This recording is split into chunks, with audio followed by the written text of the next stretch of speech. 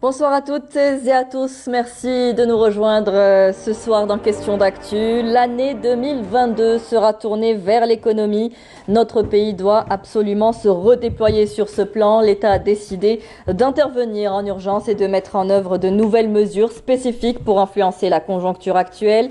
Plan d'action du gouvernement pour la relance économique, conférence nationale sur l'industrie. Aujourd'hui, la 29e foire de la production nationale qui a été inaugurée ce matin à la SAFEX. Le ton est donné, la volonté affichée. Reste à concrétiser tout cela avec une stratégie claire et surtout sur le long terme. Le gouvernement décide de mettre un frein aux importations massives effectuées ces dernières années en encourageant davantage la production nationale à travers des mesures incitatives et le développement chez les filières industrielles de la logique d'exportation de leurs produits. La production nationale, quelle stratégie? C'est le thème de ce soir. Et pour en parler, nous accueillons sur ce plateau Monsieur Djamel Chikdid. Bonsoir. Vous êtes président directeur général de Sonaric. Merci d'être avec nous sur ce plateau. C'est moi qui vous remercie pour l'invitation. Merci à vous. Nous accueillons également Monsieur Sofiane Gelmouche. Bonsoir. Bonsoir. Vous êtes docteur en économie politique et vous êtes président de l'association nationale Le Mercure économique. Merci de nous avoir fait plaisir d'être avec nous sur ce plateau. Et Monsieur Sami Agli, président de la CAPC, de la Confédération algérienne du patronat citoyen.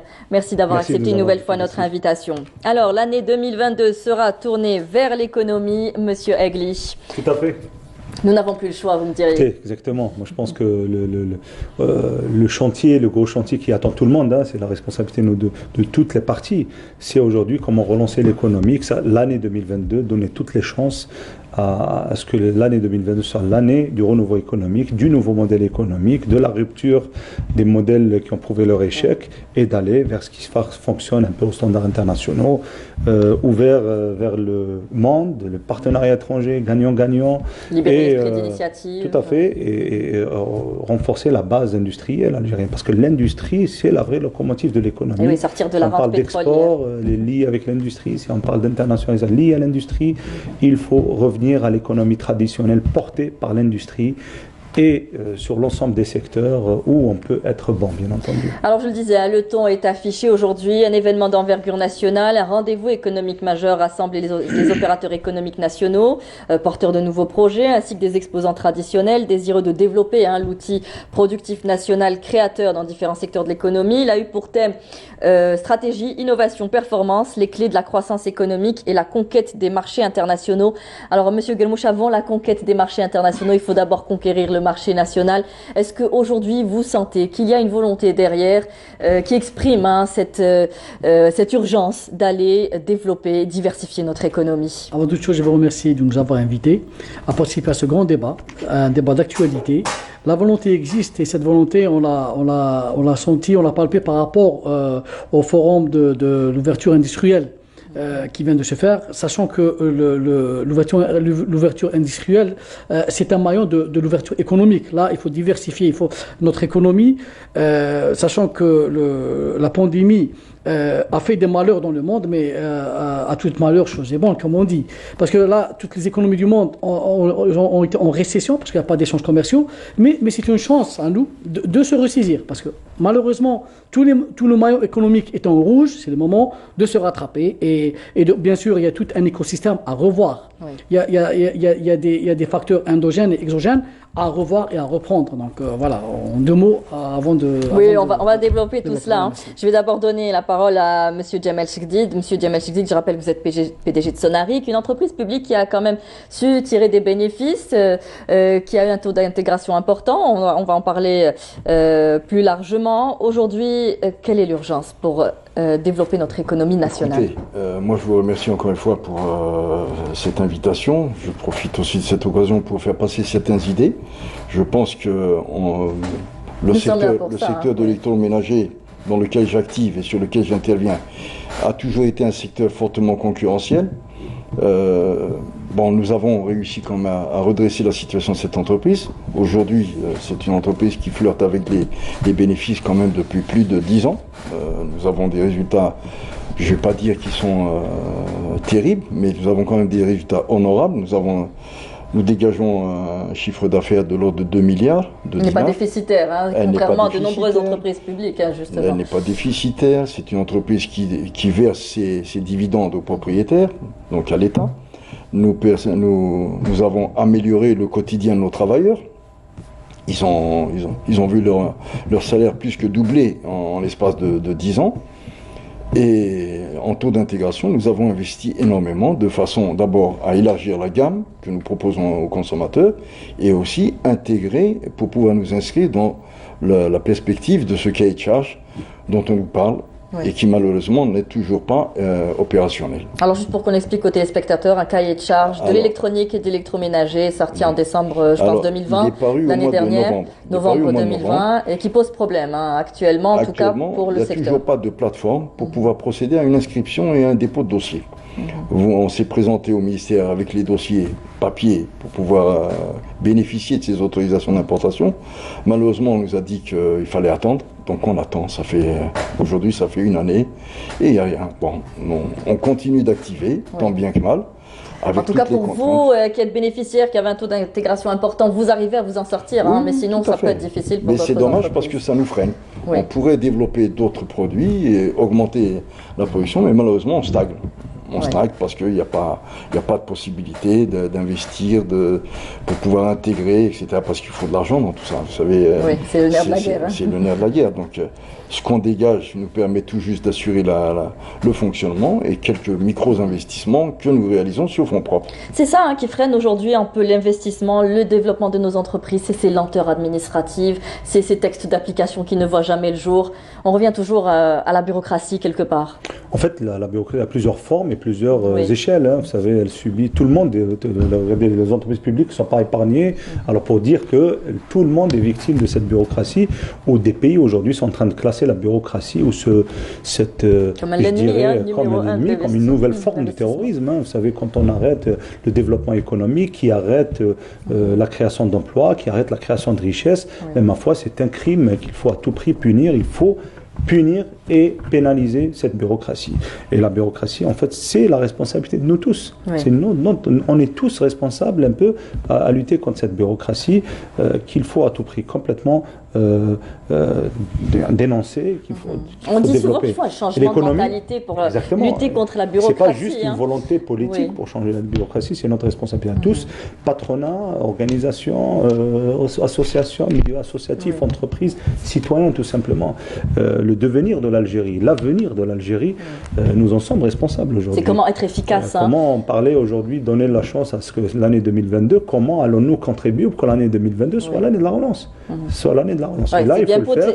Il ne faut pas que ça reste un effet d'annonce. Il faudrait aujourd'hui, il y a la volonté. Tout cela. Réellement, il y a la volonté. Vous avez parlé de l'événement, le dernier événement sur la relance industrielle, où le président de la République, aujourd'hui, c'est le plus grand allié de l'entreprise. Il faut le dire, loin de toute politique. On est en train de le dire. C'est la première fois que le président porte le flambeau. Vous vous sentez soutenu? Tout complètement. On parle, on a aujourd'hui le même langage.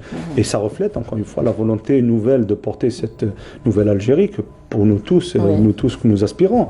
Et la question centrale aujourd'hui, elle est devenue économique. Et tant mieux, car effectivement, ça fait plusieurs années qu'on attend ça. Je pense l'assainissement de la partie législative, la mère des lois, la Constitution et maintenant les dernières élections. Je pense l'agenda politique, on peut considérer, on ne fait pas de politique. Pour la première année, En tout cas, on s'est tourné vers le renouvellement des institutions. L'agenda politique est fini, maintenant place à l'économie et c'est tout le monde qui doit être aujourd'hui responsable et être acteur et non pas spectateur. Et puis les deux sont intimement liés. Je vous voyais acquiescer de la tête aujourd'hui quand je disais changement de mentalité aujourd'hui pour lutter contre cette bureaucratie qui freine réellement l'investissement chez nous. On l'a vu, il y a des centaines de projets bloqués pour des raisons vraiment pas vraiment de bonnes raisons. Il y a eu quelques-unes qui ont été débloquées. Ça a été annoncé par le chef de l'État lors de la conférence de l'industrie. C'est ce qui freine aujourd'hui l'investissement chez nous. Vous savez, d'ailleurs, le nombre de projets recensés, le nombre de projets bloqués recensés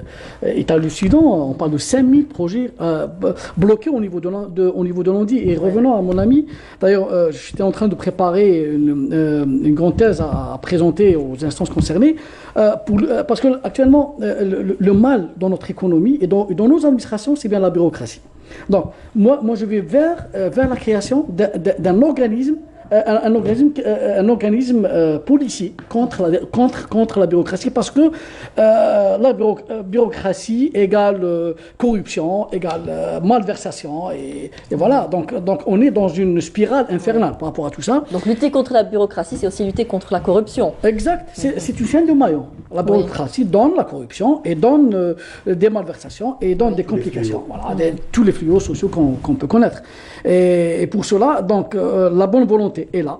Le président, tant mieux d'ailleurs, monsieur le président de la République a parlé de l'année 2022, l'année économique. Donc, ça va, nous, en qualité d'économie, ça nous a donné une bouffée d'oxygène pour se mettre à table et commencer à préparer des modèles économiques. Parce Absolument. que là, on ne vit pas seul. Oui.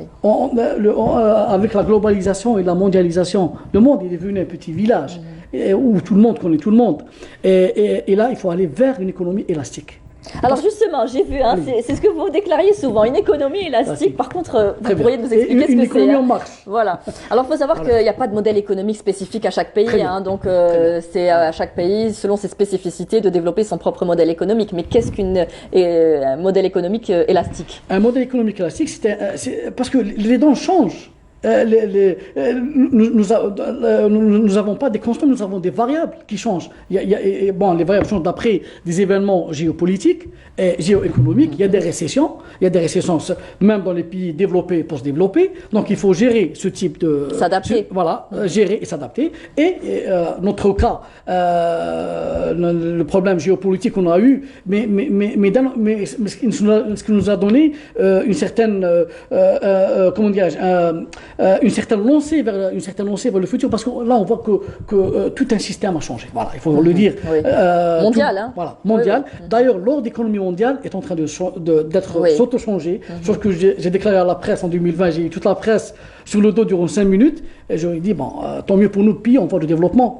Et excusez-moi pour terminer, je reviens à ce qu'il a dit Mao Tse-tung après la Deuxième Guerre mondiale. Il a dit si chaque Chinois pose une pierre par jour, on va construire une ville par jour.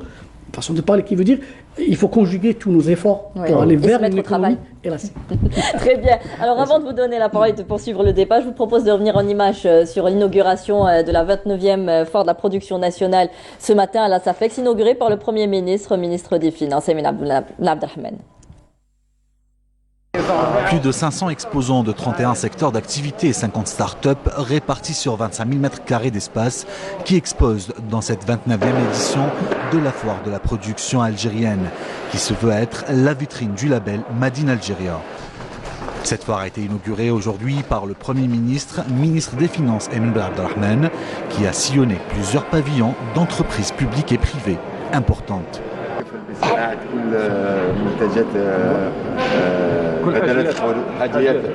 نسبة الإدماج الدول حاليا فوق 25% باتجاه 30 اتجاه يعني ديسي 3 ans هذه بالقاعدة هذه راح تطلع حوالي يعني حاطين حتى 45 46 حتى تصل 50% بالقاعدة الميكانيكية هذه. ممتاز وان شاء الله يكون عندكم كما يقولوا يد طويلة في الصناعات حتى المدنية بإذن الله. هذا هو التكامل يعني انتم لحقتوا تمكنتوا من التحكم في تكنولوجيا الصناعة الميكانيكية. احنا ماذا بينا تمشي كما يقولوا خدمة الميادين الأخرى، الميادين الفلاحية، الميادين الصناعات الصغيرة إلى آخره. هذا هو التكامل الوطني.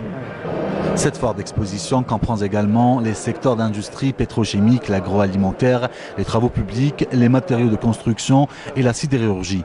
Le Premier ministre a également affirmé que les banques doivent accompagner les projets productifs disposant d'une grande capacité de substituer les importations par des produits locaux et se destiner à la promotion de la capacité d'exportation. نأكدوا على المرافقة البنكية والإسراع في دراسة الملفات. طبعا هي الحالة الحمد لله تحسنت من ناحية السيولة البنكية والتحكم في دراسة ملفات القروض، يعني هناك تطور إيجابي كبير جدا، وهذا باعتراف المتعاملين.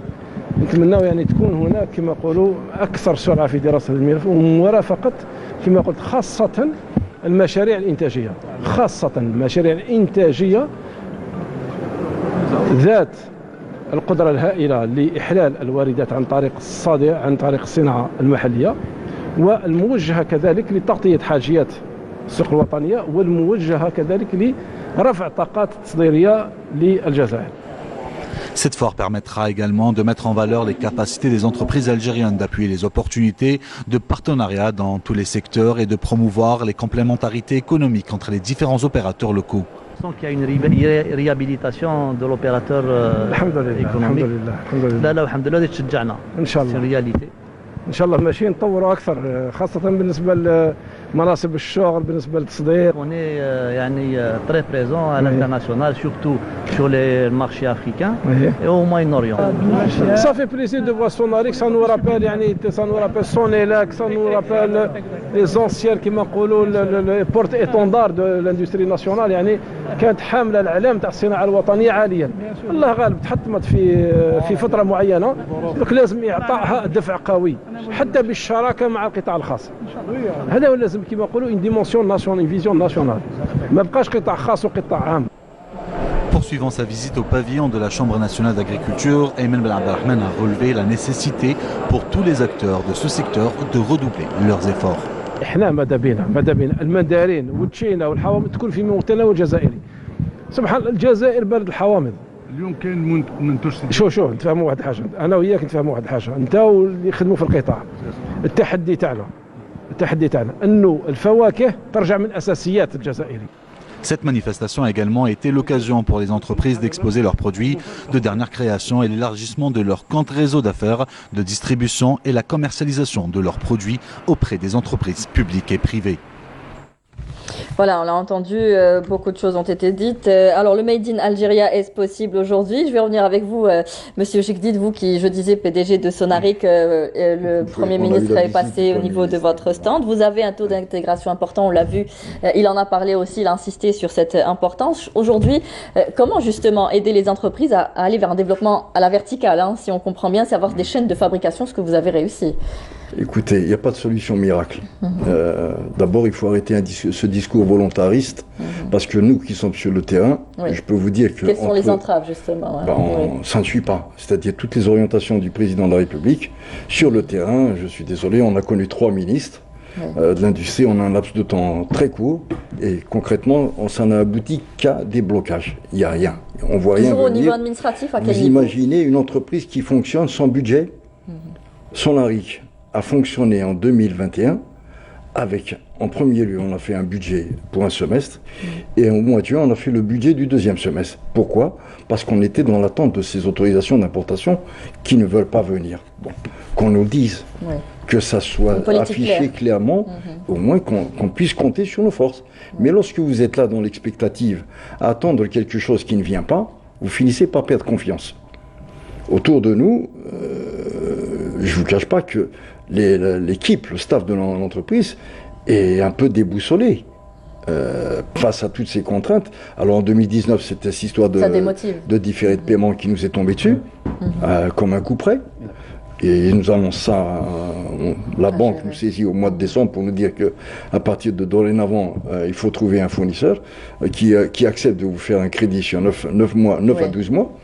Donc ça nous a fait perdre du temps. On a perdu 3 mois, je crois, le temps de tout refaire, toutes les consultations, parce que nous sommes une entreprise publique. Nous avons des contraintes. C'est pas le privé. Cette notion de temps nous avons cette histoire de marché public, qui est la notion de marché public qui pèse comme une épée de Damoclès au-dessus de nos têtes, qu'on le veuille ou non. On a beau nous dire il y a un allègement, oui, un allègement, mais on nous parle toujours les grands paramètres de ce mode de passation de marché. Il est là, il est présent. Vous devez assurer la transparence, la publicité, l'égalité d'accès à tout le monde. Et ça prend du temps. Et avec la frilosité qui anime nos gestionnaires, quand on voit tous les scandales qui éclatent et lorsqu'on voit toutes ces chaînes de corruption qui ont éclaboussé un petit peu le monde économique, tout ça en rajoute. Et on n'a pas besoin de ça en ce moment. Mais ça ne devrait pas être une leçon justement tirée pour ne pas retomber dans les mêmes erreurs. Est-ce qu'il faut revoir aujourd'hui la gestion des entreprises économiques publiques? Il faut les voir d'un angle économique, purement économique. C'est une entité économique, c'est pas une entité publique ou c'est pas une administration, c'est pas un fonctionnaire de l'État. C'est un agent économique qui doit agir, qui doit prendre des décisions. Quand il y a crise, il doit les prendre au temps T. il doit agir vite, et puis les leçons que nous avons vécues, plutôt les erreurs que nous avons vécues dans le passé, bien entendu, il faut tirer les leçons. Il faut tirer les leçons, mais aujourd'hui, il ne faut pas diaboliser l'acteur économique. Absolument. Il ne faut pas mettre tout le monde dans le mauvais un partenaire, au panier. contraire. La loi, elle est là, il faut donner de la confiance aujourd'hui.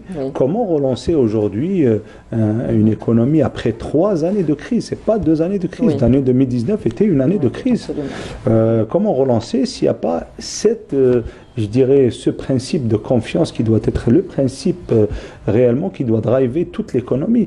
Et la confiance vient de prise de décision, de l'application des décisions, de l'application des orientations, et ainsi de suite. Un agent économique, il doit porter la responsabilité, il est tenu par un résultat, et pour qu'il soit tenu par un résultat, il faudrait lui donner toute la souplesse et toute la largesse dans la prise de décision, et non pas le diaboliser, et non pas le terroriser, et non pas avoir cette crainte, cette peur, où tout le monde a peur aujourd'hui de décider. Nous travaillons avec l'administration. Il y a du très bon dans l'administration. Il ne faut pas diaboliser toute l'administration. Mais les bons aussi, aujourd'hui, ont peur de décider. Ils disent, écoutez, nos amis ont décidé, et ijtahdu, comme on dit, et malheureusement, ça a été mal interprété. Je pense que c'est une responsabilité collective que nous portons aujourd'hui, que nous portons déjà, que la responsabilité aussi de tout ce qui s'est passé les 20 dernières années. Tous, on est responsables. Tous. Mais enfin, il faudrait aujourd'hui tourner la page et pouvoir avancer avec confiance, avec responsabilité, parce qu'on est quand même tenu envers le futur et les générations futures. Qu'est-ce qu'on doit les léguer? Qu'est-ce qu'on doit préparer? Qu'est-ce qu'on doit céder pour les générations? Et on est en train de voir aussi le monde, comment il est en train de cette concurrence mondiale qui devient féroce aujourd'hui entre pays. Vous prenez une décision, le pays voisin, le pays derrière, le pays en face, il fait une autre proposition pour être plus attractif. Et c'est normal, c'est de bonne guerre. Où sommes-nous de tout ça? La question il faut est, préparer le terrain sur le plan législatif également, on va en parler. Législatif, réglementaire, financier, et notamment la mère des réformes. Excusez-moi, je ne vous ai pas coupé la parole. La réforme bancaire. Vous savez tous comme on est, toutes les législations, toute la réglementation qu'on a beau à mettre en place, elle devient caduque, car la mère des réformes, c'est la réforme bancaire qui risque malheureusement d'hypothéquer. J'espère ne prennent pas de risques, ils n'accompagnent pas les entreprises. J'espère qu'aujourd'hui, ces décisions vont être appliquées. C'est un chantier qui a été ouvert, qui a été lancé. Il faut maintenant saluer ce qui a été fait, mais le temps est notre allié et notre pire ennemi en même temps. Alors vous avez un peu développé toute l'émission aujourd'hui, vous avez évoqué plusieurs points, le retour de la confiance qui est importante, ne pas justement faire de l'opérateur économique un ennemi, mais au contraire un partenaire.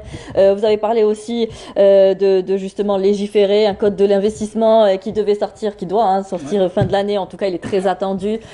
Aujourd'hui, il y a beaucoup de choses encore à faire, la réforme bancaire, que les banques puissent accompagner les investisseurs. Vous parliez, vous, par contre, pour revenir un peu à la première question sur révolutionner et comment diriger une entreprise économique publique, c'est aller vers le public privé. C'est un peu ce que vous préconisez et c'est ce qui a été dit également.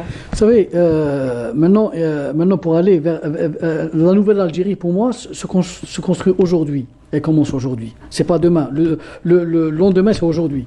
Donc, mais pour cela, il faut une volonté conjuguée entre le politique et l'économique et le social à la fois. Maintenant, on a parlé, on s'est dit, en 88, on est passé d'une économie dirigée vers une économie de marché. Or, c'est pas vrai. C'était d'une économie dirigée vers un autre type d'économie dirigée. Maintenant, on est obligé d'aller vers cette transition, d'intégrer le privé, parce que là, vous avez parlé du code d'investissement. Oui, parce que le premier code d'investissement qui a été légiféré en Algérie, c'était en 63, après 66, arrivant à la concrétisation du ministère de la PME-PMI. Mais dans tout cela, le secteur public était toujours favorisé par rapport au secteur privé. Si on voit les études de la Banque mondiale jusqu'à 2016, nous avons plus de 275 millions de PME-PMI qui ont été réalisés et qui ont donné plus de 750 millions d'emplois, ce qui est extraordinaire. Et toutes les grandes économies du monde fonctionnent par rapport au privé. Donc il faut revoir le plan d'investissement en Algérie. Un partenariat. Et s'ouvrir. Bon, bien sûr, ceci dit, il y a quelques entreprises publiques, ou bien il y a quelques secteurs qui sont qui se maintiennent, mais par stratégie, il faut s'ouvrir vers le privé, parce que je vais vous dire qu'actuellement en Algérie, nous avons des secteurs leaders qui sont pas mis en scène. Par exemple, en agroalimentaire, vous savez que nous avons des entreprises qui ont réalisé des stations de dessalement, même en Afrique, qui sont pas connues malheureusement. Donc là, pourtant on continue à riguer avec l'eau potable. Exactement.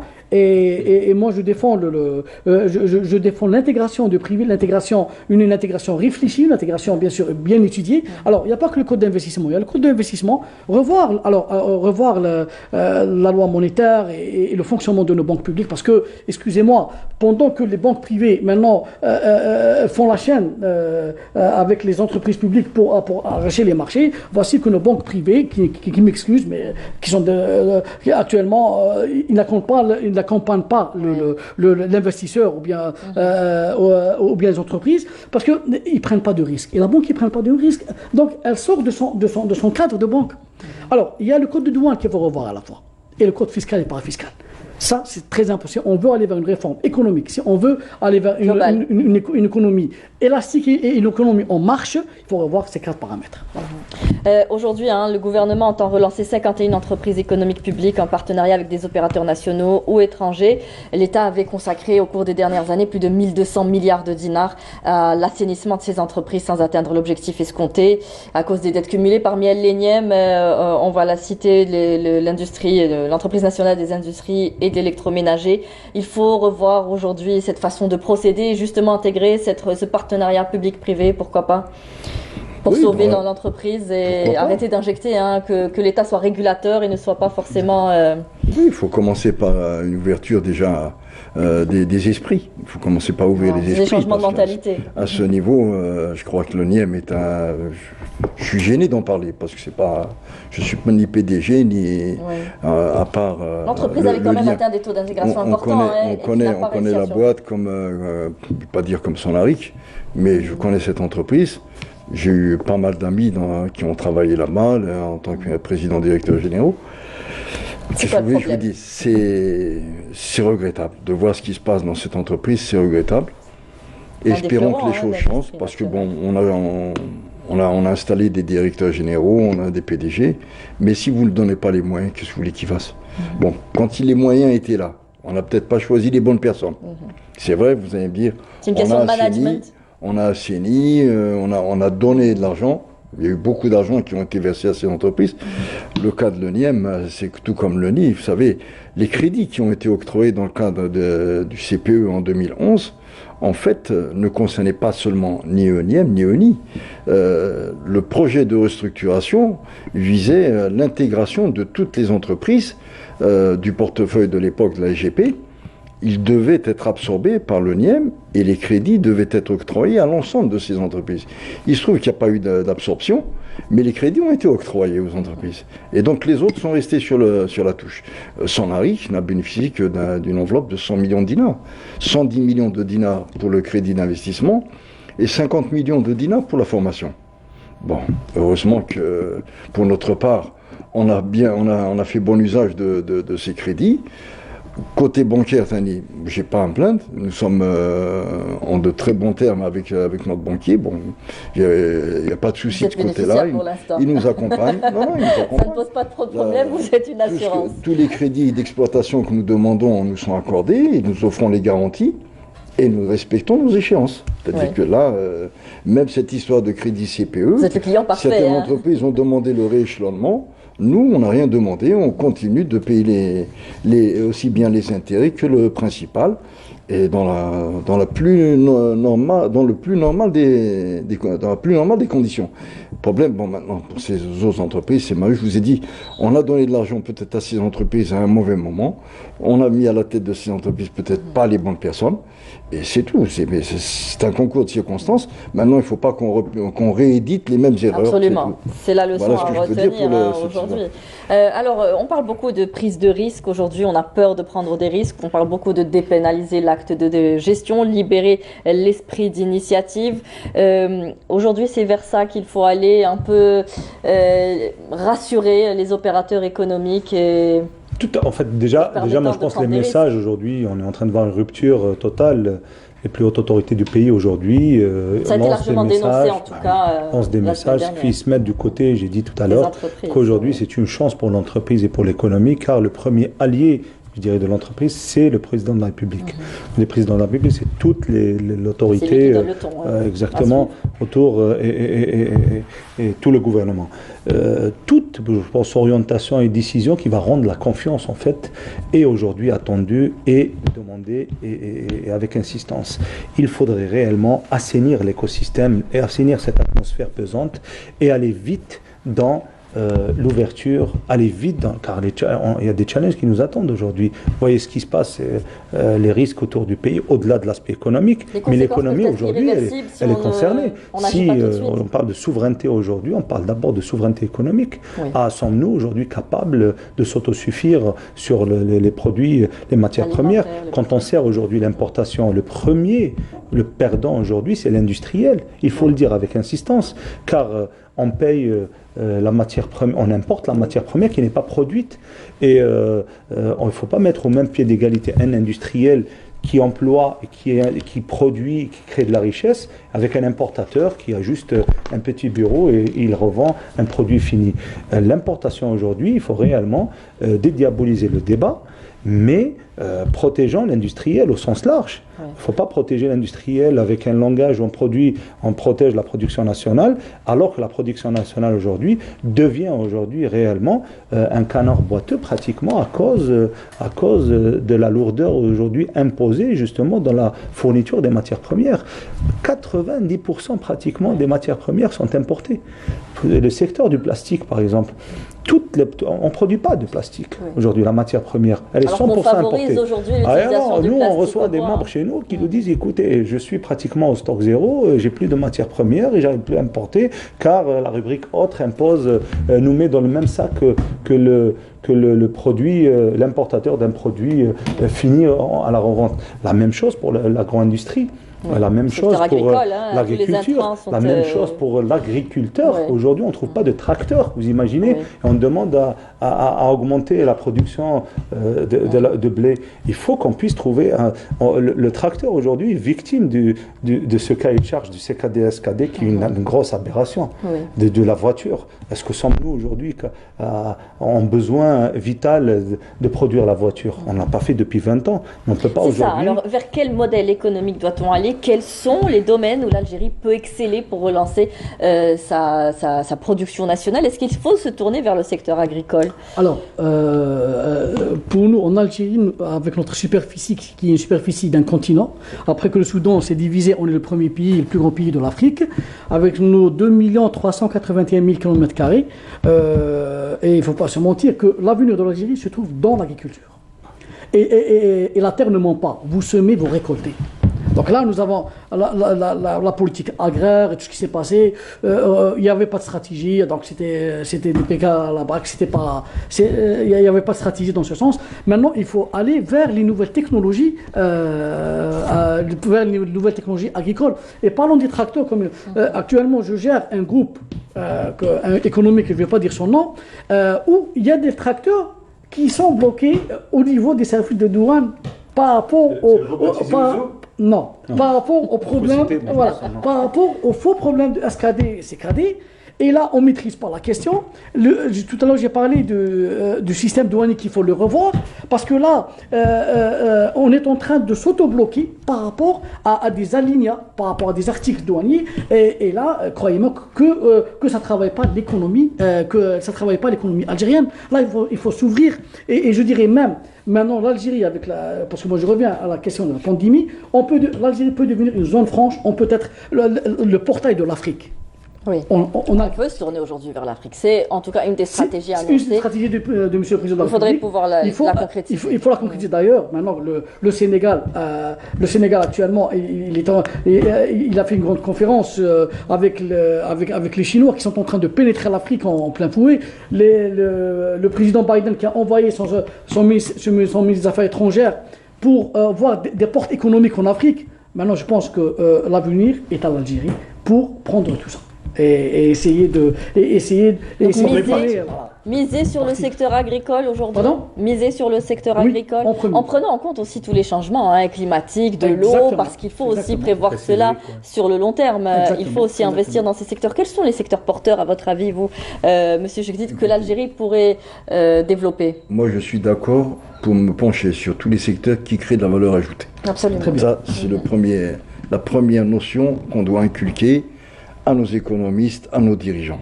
C'est la création de la richesse. Le reste, moi je dis l'agriculture, l'industrie, même le secteur tertiaire, pourquoi pas. Et il n'y a pas de tabou. En affaires, il n'y a pas de tabou. Ça, c'est mon principe.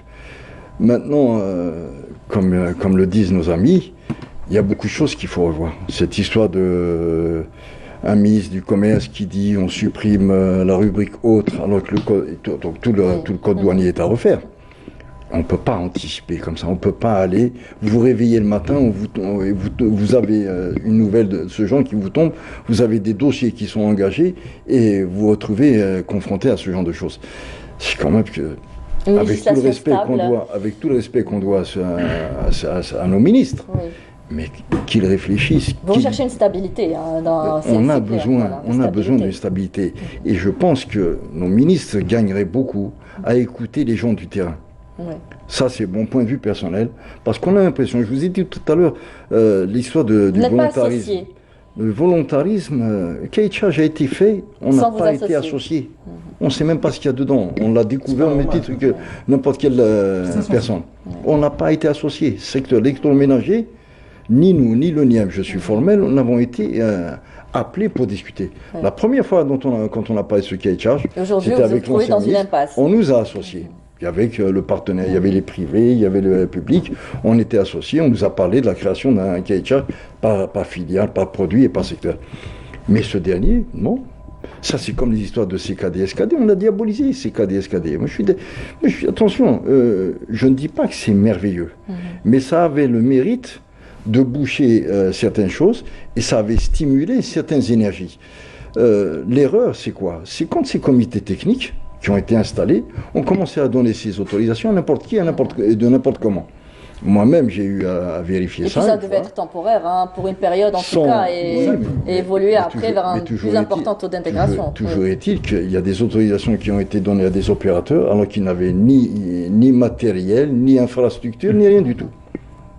C'est quand même grave. Ça, c'est les erreurs du passé que nous devons retenir. On a demandé, à l'époque, moi je me souviens, j'avais même proposé, je l'ai dit au cours de notre émission, j'avais même proposé à notre ministère d'intégrer les ingénieurs de son ARIC dans les comités techniques.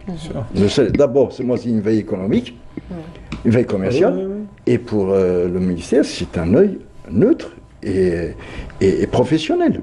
Ça vient du vécu. Ça n'a pas été retenu, on ne peut pas juger parti. C'est un peu ce que vous avez vécu aussi pour le code de l'investissement. Vous n'avez pas été associé également sur à ce jour, nous n'avons jamais reçu d'une manière officielle une version de ce code d'investissement. Écoutez, nous, notre avis, on l'a donné déjà en 2020 sur le code d'investissement. Il n'y avait pas lieu d'aller lancer ce gros chantier où il faut le lancer d'une manière posée, d'une manière réellement ouverte, en associant tous les acteurs, pour qu'on ne puisse pas retomber dans cette, instabilité réglementaire qui est répulsive à l'investissement. Il faut le dire, elle est répulsive à l'investissement, national soit-il, ou étranger. Oui, on instaure un climat de méfiance. Aujourd'hui, on a un code d'investissement de 2016, les experts, les acteurs, les administrations sont d'accord que c'était plus ou moins un code mais il n'y a pas équilibré. Eu de texte d'application. Malheureusement, quand on voit la liste des textes d'application qui n'ont pas été promulgués, comment voulez-vous apprécier un code d'investissement alors ces textes d'application ne sont jamais sortis? Moi, ma foi, il faut vraiment poser les vrais. Il ne faut pas lancer des chantiers ou confondre vitesse et précipitation et on va tomber dans l'erreur et on va retomber dans cette incertitude et cette instabilité réglementaire. Le président parlait 10 années de garantie pour toute loi qui sort. Comment voulez-vous faire sortir un code d'investissement aussi peu de temps? Alors pour garantir une stabilité de 10 ans. Il faut être sérieux. Il faut être sérieux. Il y a de la volonté. Le ministre de l'Industrie a clairement montré la bonne volonté. L'héritage est énorme, on comprend, mais chacun est responsable de ses décisions. Aujourd'hui, tout ce qui est décidé aujourd'hui, Les gens qui vont porter les décisions sont comptables du résultat. Oui. Parce qu'aujourd'hui, on parle d'industrie qui déjà, beaucoup d'entreprises sont en précarité économique. Beaucoup de temps, il faut parler du constat, du diagnostic actuel. Suite à la crise, relancer l'industrie, il faut avoir des entreprises en bonne santé financière et en bonne trésorerie pour pouvoir relancer l'industrie. On ne la relance pas avec, encore une fois, de l'instabilité, avec des lois qui sortent. Chaque ministre veut faire sa loi, chaque ministre veut faire son code. Moi, je pense qu'il faut vraiment se poser. On parle d'institutions, on parle d'État, on parle de sérieux d'État, on parle de crédibilité d'État. Il faut réellement poser les bons sujets et parler de la concertation. Les acteurs sur le terrain, ils vous donnent leur avis. Nous sommes force de proposition. Les acteurs sont force de proposition. Libre à l'administration d'apprécier ce qui est proposé. Mais il faut les associer. Il faut les associer. Oui, au moins connaître les véritables problèmes. En tout cas, lors de la conférence de l'industrie de la semaine dernière, il y a eu des ateliers qui ont été ouverts justement pour dégager une stratégie claire sur la marche à suivre pour le développement de l'industrie. Aujourd'hui, c'est ce qui nous manque, une stratégie claire et sur le long terme, établie sur des bases solides et une législation aussi stable, comme on le dit depuis tout à l'heure. Exact. Premièrement, il faut revoir les textes législatifs et les textes d'application. Et il y a un autre problème ici en Algérie. Excusez-moi, les gens les juristes qui sont en train de traduire les textes en texte d'explication, vous savez, de temps en temps, on trouve un très grand décalage. Donc, il faut faire très attention à ça. Le texte en lui-même, en vrac, il vous donne du courage, il vous donne il va avoir des ouvertures, mais au niveau du texte d'application, parce que il y a même un problème d'interprétation. Il faut faire attention même attention même aux juristes qu'on est en train de mettre pour traduire une loi, pour traduire un texte d'application. C'est très important. De un. De deux, pour moi, là... Qu'il n'y ait pas de mauvaise interprétation. Exactement. C'est ça l'essentiel. Souvent, on a vu des interprétations floues qui donnent... Donc, par exemple, on revient au système SKD-CKD, plusieurs interprétations, plusieurs problèmes qui sont créés parce que le texte on lui ou bien l'application du texte n'est pas claire. Donc, pour moi, c'est très important de revoir la forme de ces textes. Sinon, maintenant, je pense que la question cruciale, et comme vous l'avez bien dit, madame, c'est se tourner vers une législation industrielle claire. Bien sûr, on associe tous les acteurs économiques. Donc, on peut pas, c'est pas de la théorie, parce que, comme j'en dis, les amis, les gens qui sont sur le domaine, sont les vrais acteurs qui peuvent vous donner des détails qui sont plus qu'importants par rapport au vécu, exactement, par rapport à ce qui se passe. Donc, et là, chaque ministre, avec tout le respect que j'ai à tous les ministres, mais maintenant il faut aller de l'avant. Et un ministre, il travaille pas seul. Il faut des comités, il faut un consensus collégial, bien sûr, pour pouvoir arriver à quelque chose de palpable. Bien sûr. Quelque chose de palpable. Et puis, il faudrait aussi tenir compte que pour les prochaines décennies, en tout cas 2020-2030, les projections prévoient une croissance importante de la population active, âgée entre 15 et 64 ans, qui représente aujourd'hui les 2 tiers de la population totale. La demande d'emploi additionnelle est par conséquent plus importante. Il faudra intégrer aussi tout ce monde-là d'ici les 10 prochaines années. 50 millions, on sera en 2030, c'est demain, on sera 50 millions. Il faut prévoir l'école, il faut prévoir l'université, il faut prévoir la maison, il faut prévoir le travail, il faut prévoir l'emploi. L'emploi, vous savez, l'emploi aujourd'hui, la bataille dans le monde, c'est la préservation de l'emploi, qui est le pouvoir d'achat, préserver le pouvoir d'achat pour garantir ce concept aujourd'hui universel de justice sociale. Comment voulez-vous parler de justice sociale si vous n'avez pas un emploi digne, un pouvoir d'achat digne? Alors aujourd'hui, il faut réellement qu'on pose. C'est l'entreprise qui est la vraie solution à tout ça. C'est pas autre chose. L'entreprise, on s'en fout maintenant du capital, public, privé, étranger. On parle d'entreprise algérienne, entreprise nationale. L'entreprise nationale, si elle est en Algérie, qu'elle soit étrangère, qu'elle soit publique, qu'elle soit privée, il faut la traiter au même niveau d'égalité. Si elle est rentable, tant mieux, il faut l'accompagner, il faut la préserver. Si elle a des problèmes, il faut l'accompagner pour sortir. On ne peut pas l'accompagner 20 ans. On n'éponge pas le déficit d'une entreprise pendant 20 ans. C'est pas possible. On éponge le déficit pour une période. Et celle qui gagne, il faut, c'est pas une entreprise publique qui gagne, qui fait des résultats. Et quand on consolide les bilans avec la holding, ma foi, elle paye pour l'entreprise qui ne travaille pas. C'est pas normal tout ça. Et quand on a des résultats, c'est bien. Souvent, on ne demande pas d'objectifs de résultats aux entreprises. Écoutez, les objectifs sont fixés. Moi, je ne partage pas ce point de vue. Les objectifs sont fixés. Maintenant, c'est dans la concrétisation de ces objectifs que chacun amène des justificatifs. Ils essayent de justifier les uns les autres les raisons pour lesquelles les objectifs n'ont pas été atteints. Mais au départ, chaque entreprise a ses objectifs, chaque équipe dirigeante a ses objectifs. Il y a ce qu'on appelle des contrats de performance qui sont élaborés pour chaque cadre dirigeant. Et il n'y a pas de raison. Maintenant, je vous dis, c'est dans l'appréciation de la réalisation. Bon, il y en a qui vous invoquent mille et une raisons pour ne pas avoir pu atteindre ses objectifs. Et des fois à bon escient. Il faut quand même, lorsque vous... C'est justifié, oui, hein, les atteintes d'objectifs. Vous savez, moi j'ai une autre vision, parce que là, il y a un vécu. Ce n'est pas le cas de toutes les entreprises, mais elles sont rares, les entreprises publiques qui réalisent des bénéfices, qui ont un aspect managérial. Mais j'ai une autre vision, dans le sens où moi je demande même un PDG, avant qu'il rentre, suite un cahier de charge. Monsieur, qu'est-ce que vous pouvez faire? Des objectifs à court, moyen et long terme.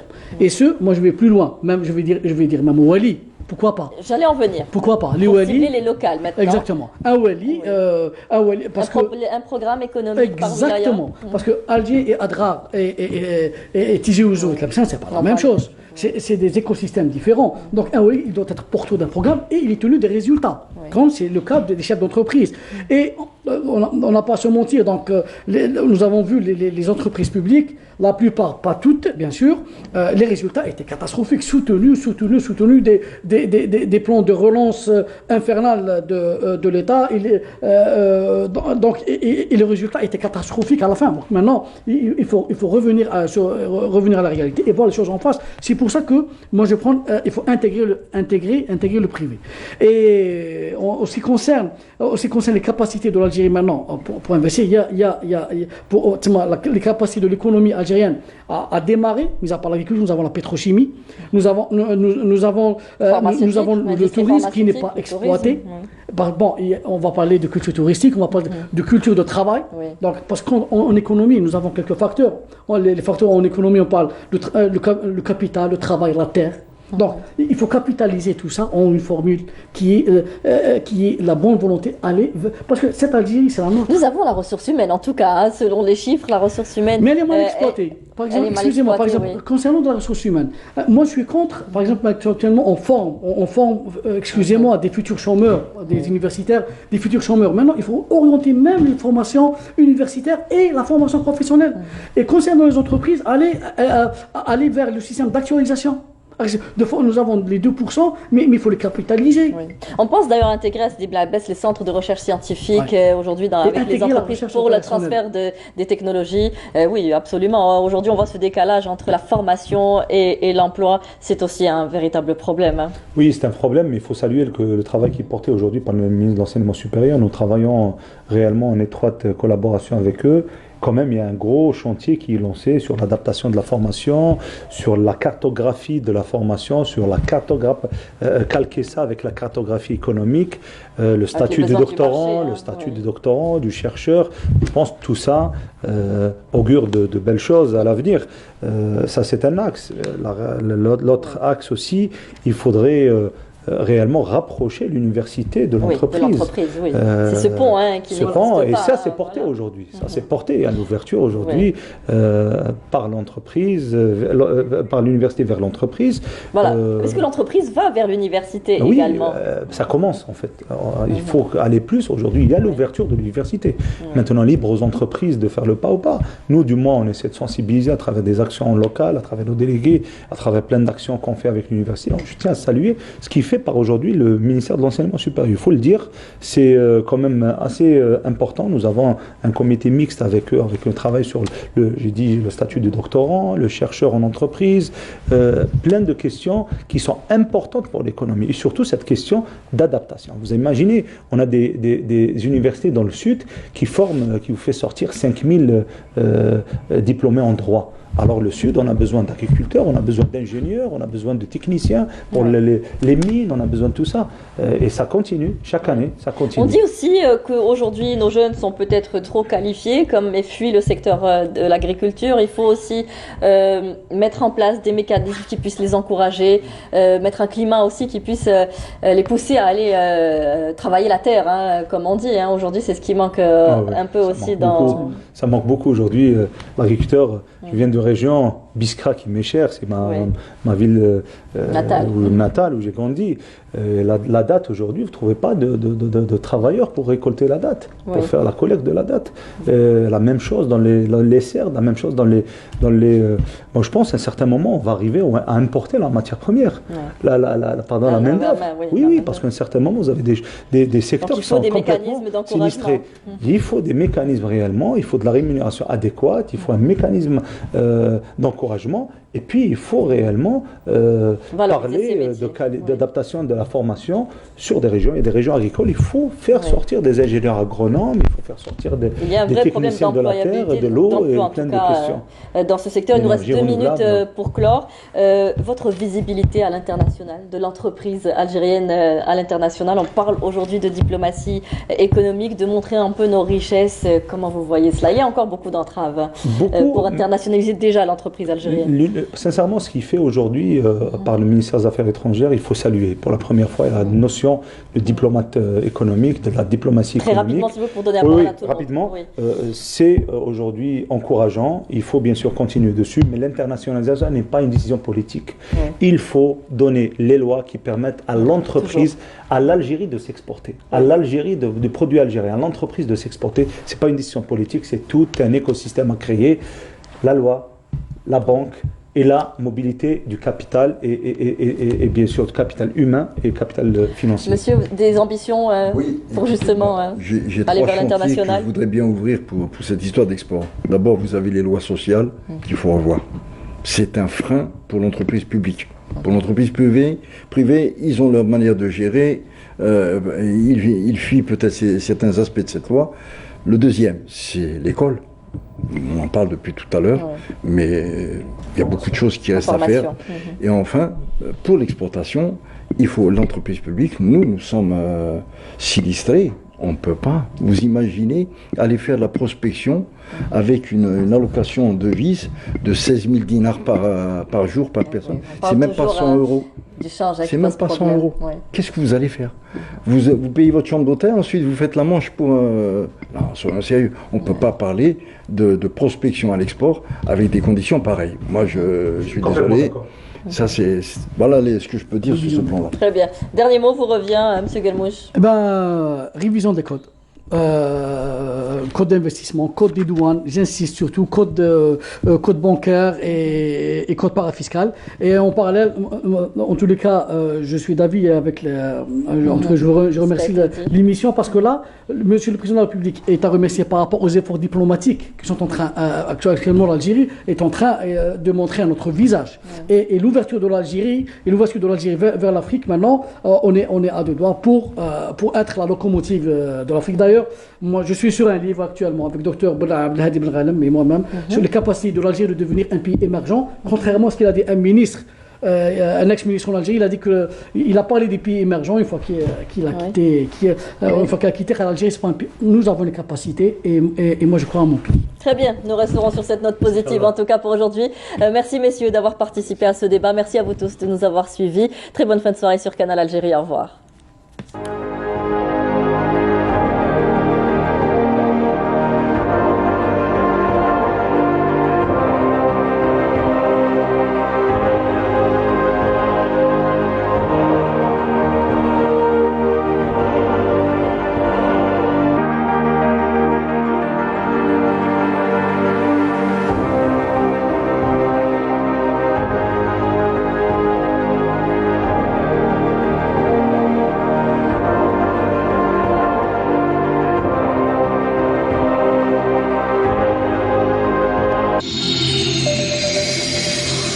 للنظافة أهمية كبيرة في حياتنا، ومعلوم أن التنظيف أساساً يتعلق بالماء،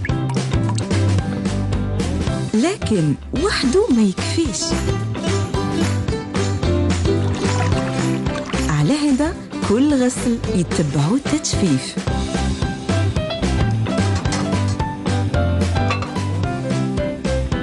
هذا هو سر النظافة التامة والكاملة حتى في الحمام.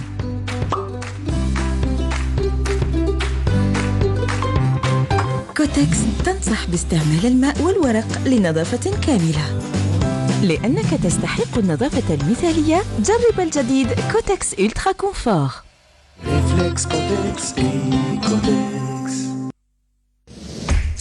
المؤسسة الوطنية للدهن لسنيك سابقا تقترح عليكم أكريفوب، دهن خاص بواجهات العمارات والمباني، قابل للتطبيق على الإسمنت والخرسانة، واق جيد من تسربات المياه الجارية، له خاصية الهيدروفوب والتهوية، مقاوم جيد للعوامل المناخية، مردود عالي يصل إلى 4 متر مربع للكيلوغرام الواحد، يدوم لسنوات.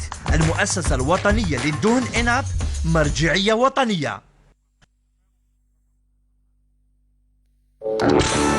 سخانة والنهار جاز ثقيل، الحومة خالية والزهر ما شافش كاع فيك، تبقى قاعد وسخانة تضرب فيك ولا تضرب فيها وحدة. رامي انرجي درينك اكتيفي المود الكتريك واطلق الريح لرجليك.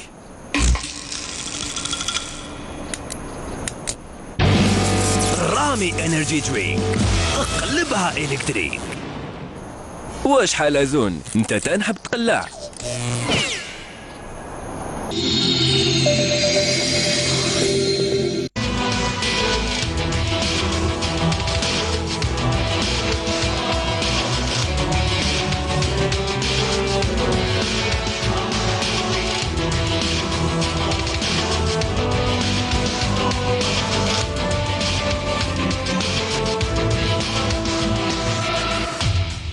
Bienvenue, il est 18h, nous sommes en direct pour parler santé sur Canal Algérie ce soir. Nous ne parlons pas d'une maladie, mais d'un maillon essentiel dans la chaîne de la prise en charge de nos malades justement, en l'occurrence le médicament.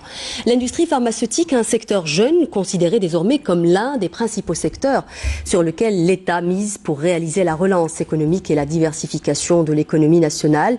La production du médicament localement a connu un véritable boom ces dernières années. Elle ambitionne d'ailleurs de réduire la facture de l'importation à plus de 800 millions de dinars, chose qui a été faite d'ailleurs, un enjeu important mais qui semble s'accompagner de certaines difficultés, régulation du marché, accès aux matières premières et surtout rendre le médicament disponible. Une problématique accentuée par la crise sanitaire provoquée par la pandémie Covid-19 et qui nous a exposé davantage à un risque de fragilité en termes d'accès au traitement. Comment trouver aujourd'hui l'équilibre entre la réduction des importations et la couverture du marché avec un produit local de qualité sans pénaliser le malade? Quelles mesures prendre pour encourager le producteur local à se développer? Enfin, comment mettre un terme et régler définitivement le problème des ruptures? Voilà en gros les questions qu'on posera ce soir à mes invités et j'ai le grand plaisir de recevoir le docteur Nibouche Mohamed. Vous êtes expert en affaires pharmaceutiques. Bonsoir. Bonsoir madame. Merci d'avoir accepté mon invitation. J'ai également le grand plaisir de recevoir le docteur Reda Belkacemi. Vous êtes président de l'Observatoire national de veille de la disponibilité des produits pharmaceutiques. Bonsoir. Bonsoir madame et merci pour l'invitation. C'est moi qui vous remercie. J'ai également le plaisir de recevoir le docteur Belambri Messoud. Vous êtes président du SNAPO, le syndicat national des pharmaciens d'officine. Bonsoir. Bonsoir, merci. J'ai également le grand plaisir de recevoir le docteur Mtewi Nourdine. Vous êtes président de l'Ordre national des pharmaciens. Bonsoir. Bonsoir.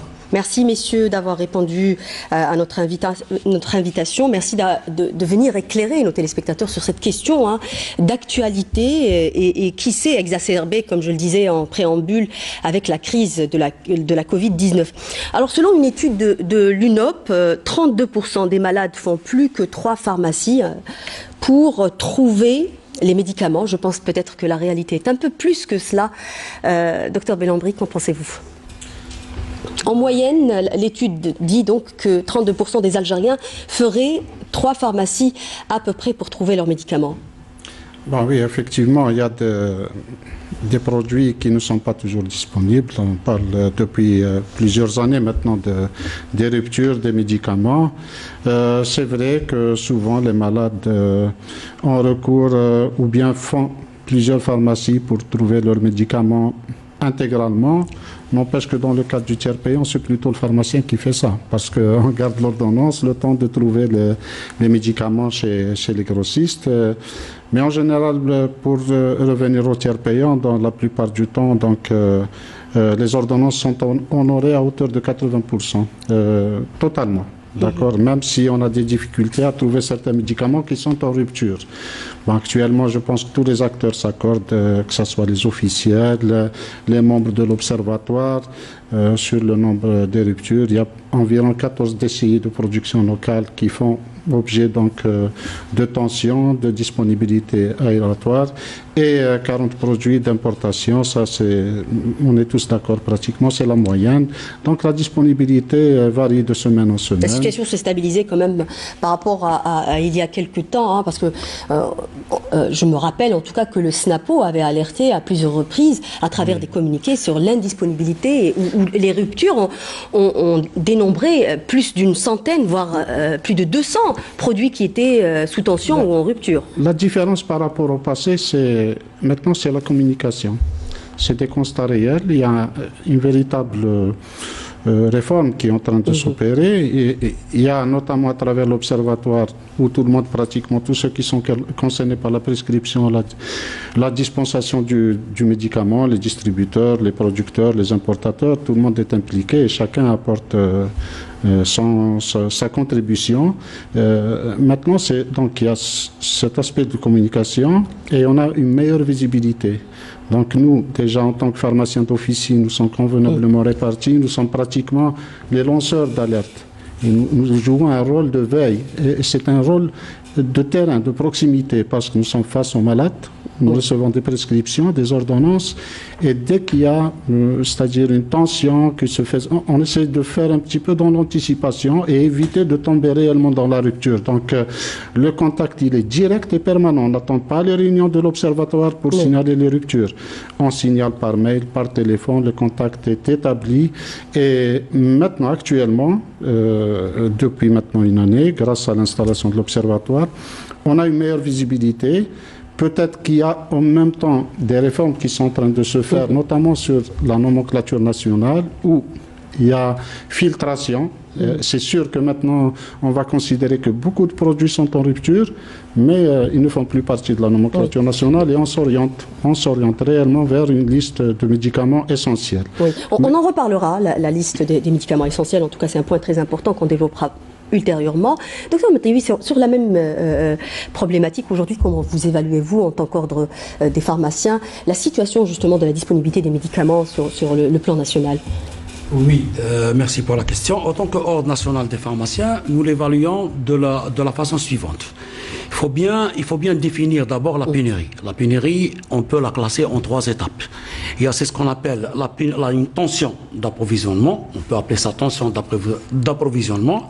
On peut appeler ça médicaments d'intérêt thérapeutique majeur, c'est-à-dire qui sont tombés dans la pénurie, et ça c'est très important. Et on parle de rupture quand on fait... Et la création de pénurie artificielle de médicaments. Cette création de pénurie artificielle de médicaments, comme on le sait tous, qui a mis un petit peu en mal à l'aise la profession pharmaceutique et le pharmacien d'office plus particulièrement, c'est situé au niveau des distributeurs aussi, qui sont partis au principe du compte-gouttes. Le principe du compte-à-gouttes, c'est-à-dire donner le produit sous tension au compte-gouttes et puis par la suite le faire sortir en vente pack, ça a mis un petit peu mal à l'aise et ça a créé... Qui a intérêt à créer ce genre de crise? Un petit peu la pénurie au niveau national. Docteur Matayoui, qui a intérêt à créer ce genre de crise selon vous? Eh bien, comme vous savez, il y a des intérêts financiers après. Là, si on fait sortir des packs, des ventes en pack, il y a des intérêts financiers là. Moi, je suis distributeur de médicaments. Le produit est disponible. le ministère de l'Industrie pharmaceutique a mis un mécanisme et des outils. Tous les outils nécessaires ont été mis en place. Une politique a été faite par le ministère de l'Industrie pharmaceutique pour stabiliser le marché du médicament et faire face à cette pénurie qui a vraiment impacté la santé du patient et la gestion. Vous n'avez pas répondu à ma question, Dr Motewi. Qui a intérêt, vous avez dit qu'il y a des intérêts financiers, certes, mais qui a intérêt à créer ce genre de crise? Personne n'a intérêt de créer ce genre de crise, mais il y a des distributeurs en produits pharmaceutiques qui ont intérêt, certains, je ne dis pas tout, nous avons pas mal de distributeurs qui sont honnêtes et qui ont joué le jeu et qui ont été toujours là présents pour le pharmacien et pour le patient algérien. Mais il y a certains distributeurs qui n'ont pas joué le jeu. Ils ont trouvé des intérêts de créer cette tension de produits et spéculer même sur le médicament, afin de créer cette pénurie aussi. Mais vous êtes deux, Dr Motewi. Vous êtes alors le syndicat et vous êtes aussi l'ordre des pharmaciens. En principe, vous ne laissez pas faire. Oui, justement, sur la base de ça, on a créé, c'est ce qu'on appelle le comité de coordination nationale, syndicat ordre, afin de faire face à ces dérives, à ces pratiques illégales et déloyales, et surtout à ces ventes concomitantes qu'on est en train de mettre en place, et on a le sentiment qu'on est en train de les légaliser même, et de les légitimer même. Donc l'ordre et le SNAPO se sont mis d'accord pour se mettre ensemble, en jumelage, et pour aller vers une action commune afin un petit peu de déboucher cette problématique. Oui, docteur Boukasmi, sur la même question, s'il vous plaît. Oui. Vous voulez pas réagir? D'accord. Oui, effectivement, ce qui a été dit par Dr Belambri et Dr Motewi existe. Ce sont certaines situations en fait illégales qui existent sur le marché de vente concomitante, de rétention, qui sont prohibées par la loi. De spéculation, il y a spéculation. Donc il y a ce genre de pratique qui exacerbe et qui accentue les problématiques de tension ou de rupture. Au fait, parfois le produit existe et ces pratiques un peu accentuent ce genre de phénomène. Le ministère de l'Industrie pharmaceutique a été alerté notamment par l'ordre et par le SNAPO. Nous sommes en coordination par rapport à ça. Nous sommes également en coordination avec le ministère du Commerce, parce que c'est des pratiques commerciales illégales, donc pour mettre en place des brigades mixtes entre les deux ministères et à l'effet de faire des inspections aussi, via notre inspection générale aussi, pour justement lutter contre ce genre de phénomène qui peut accentuer ces phénomènes de rupture et de tension d'approvisionnement. Oui, je rappelle qu'il y a eu un communiqué justement commun qui a été émis par le SNAPO et l'ordre des pharmaciens qui dénonce notamment alors la concurrence antidéontologique, la recherche de la clientèle. Enfin, je cite un peu ce qui a été cité dans votre communiqué par des procédés réprimés, introduction de produits de matières frauduleuses sur le territoire, l'introduction de produits prohibés, non autorisés ou contrefaits, ce qui est quelque chose quand même de très grave, docteur Boukasmi. Oui, effectivement. Donc, je rebondis sur les mêmes mesures qui ont été prises par le ministère.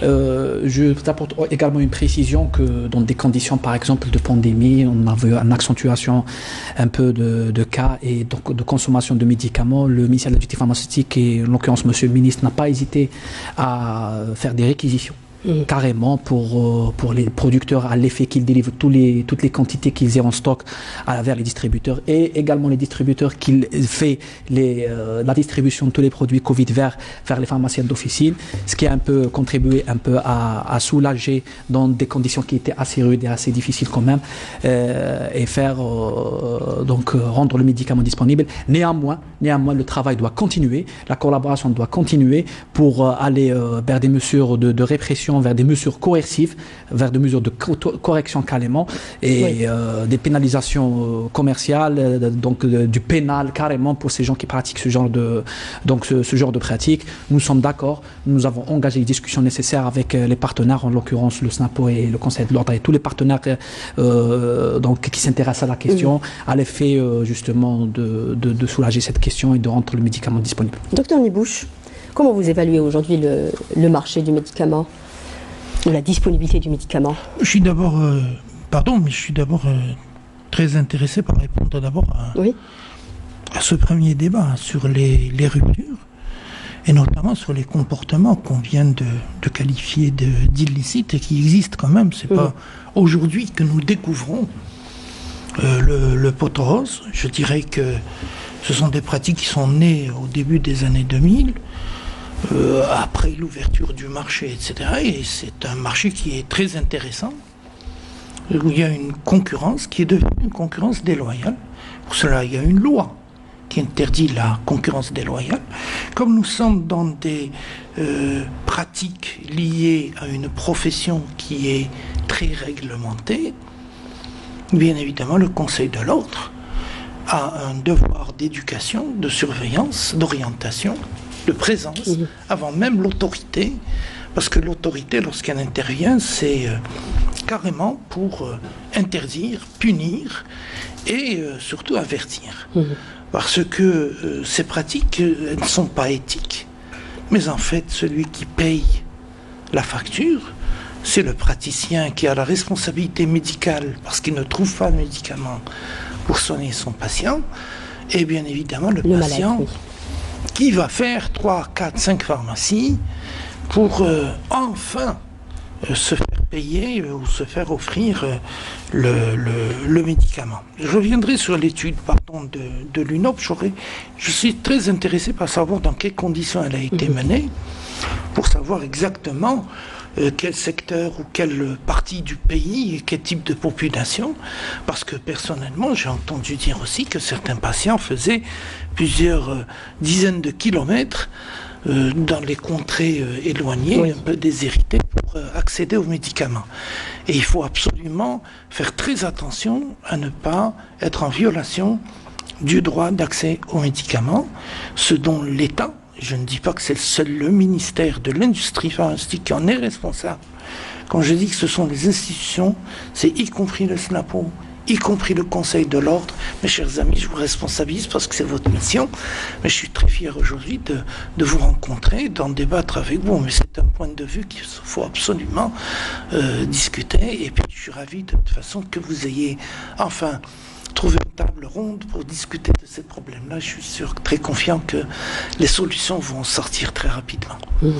Maintenant, sur la situation du secteur pharmaceutique, je vous remercie d'avoir posé cette question extrêmement pertinente. Moi, j'ai toujours dit que nous étions à la croisée des chemins. Pourquoi ? Parce qu'à un moment donné, il y a eu un abandon de ce secteur.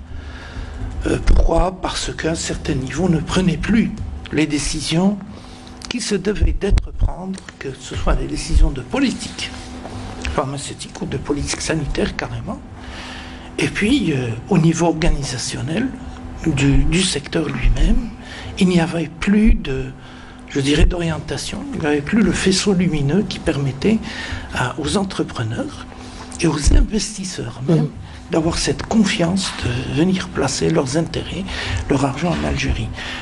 Aujourd'hui, nous voyons cette confiance revenir, puisque les inaugurations, les ouvertures, les développements de ce secteur clé sont présents.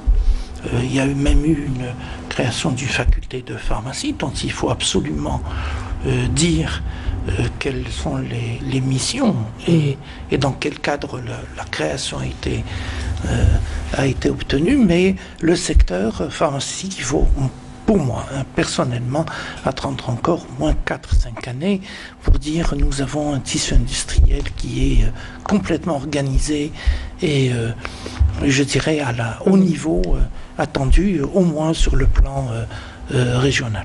Oui. Je vais vous inviter, messieurs, à regarder un reportage justement qui revient sur la disponibilité des médicaments au niveau des officines. C'est un reportage signé Mrim Damis. Regardez. De nombreux médicaments sont indisponibles au niveau des officines, ce qui constitue un risque sur la santé des patients, notamment pour les malades chroniques. Les médicaments qui sont en rupture en ce moment, on commence par le Paralgan. Le Paralgan 1 gramme et 500 du laboratoire Saïdal, c'est-à-dire le grand laboratoire d'Algérie.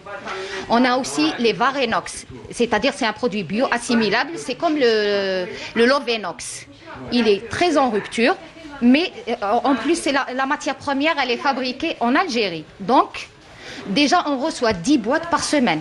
Si on a un patient qui est opéré, il demande 30-20 boîtes on ne peut pas servir l'ordonnance. En ce qui concerne les pénuries qui ont touché toutes les pharmacies et des pharmacies plus, il y a des pharmacies qui les ont touchées mais pas beaucoup par rapport aux petites pharmacies. Il y a des grandes pharmacies qui font des commandes très très importantes pour avoir des petites quantités comme de la vitamine D, les Lovenox, les Votirox, les Colir, même les insulines. Le laboratoire Novo Nordisk qui ont tombé en rupture. Nous avons posé la question aux citoyens et certains d'entre eux soutiennent qu'il y a effectivement une perturbation, tandis que d'autres disent ne pas trouver de difficultés pour acheter leur traitement. C'est pas possible, surtout concernant les maladies lourdes, comme les malades chroniques, c'est pas possible. Il faut faire le grand trajet et à savoir si vous allez pouvoir en trouver ou non. مستحيل. نروح الفارماسي باش نلقى دواء. دي فوا نخرج من السبيطار نروح ليكزومبل واحد 3-4 كيلومتر باش نلقى دواء. ليكزومبل نلقى دواء في الاردونونس. نلقى ليكزومبل 5 دواوي. انا سي نورمال كي نروح للفارماسي لازم نشري كاع الدواء. ما نروحش ليكزومبل فارماسي هذاك نتبع فارماسي تسمع باش نلقى دواء واحد اخر. هكذا نلقى ما نكذبش عليك مي حاجه غراف ما نكذبش عليك مانيش عارفه كاين يقول لك نلقى كاين يقول لك ما نلقاش مي انا بور موا نلقى. Bon, peut-être que la demande elle est trop forte par rapport à l'offre. ما نقدرش نقول لك كلش مي شويه صافا. Munis d'une ordonnance dont les médicaments prescrits sont en rupture de stock, les patients ne savent plus à quel sens se vouer. Devant certains cas d'urgence, les malades lancent des appels même via les... Oui. Alors on a vu un peu les réactions des patients ou des personnes qui achetaient donc leurs médicaments. Première réaction de Dr Bellandry. Les ruptures, personne ne les dit, ni les tensions. Il peut y avoir des ruptures sur un programme d'importation, sur un programme de production. Et pour ça, déjà, il faut qu'il y ait un suivi permanent et régulier au cours de l'année par rapport aux engagements pris par les opérateurs, qu'ils soient importateurs ou producteurs. Maintenant, on peut parler des tensions qui peuvent se transformer en rupture. Pourquoi? Parce qu'il y a aussi la détention d'informations. Cette tension qui, par des pratiques, devient une rupture, par exemple sur les insulines, sur le paracétamol, sur les Colir, sur les corticoïdes injectables, comme nous sommes en train de le vivre actuellement. Là, il y a une grande responsabilité, nous, en tant que pharmaciens d'officine, en tant que syndicat, que nous imputons au secteur de la distribution. Oui. Parce qu'on se dit qu'il s'agit d'un produit de santé. Il y a un paradoxe. Le pharmacien est un professionnel de santé qui a affaire à un malade, qui a devant lui une ordonnance qu'il doit honorer. Je dois mettre à disposition des citoyens le médicament recherché pour se soigner. Donc c'est un métier de santé, c'est une responsabilité. Par contre, le distributeur traite avec le pharmacien. Le pharmacien, c'est un client, c'est un chiffre annuel. Et là, nous avons souvent eu à dénoncer le comportement discriminatoire, je dirais, et disproportionné, et la ségrégation même qui est faite entre pharmaciens et pharmaciens. La règle internationale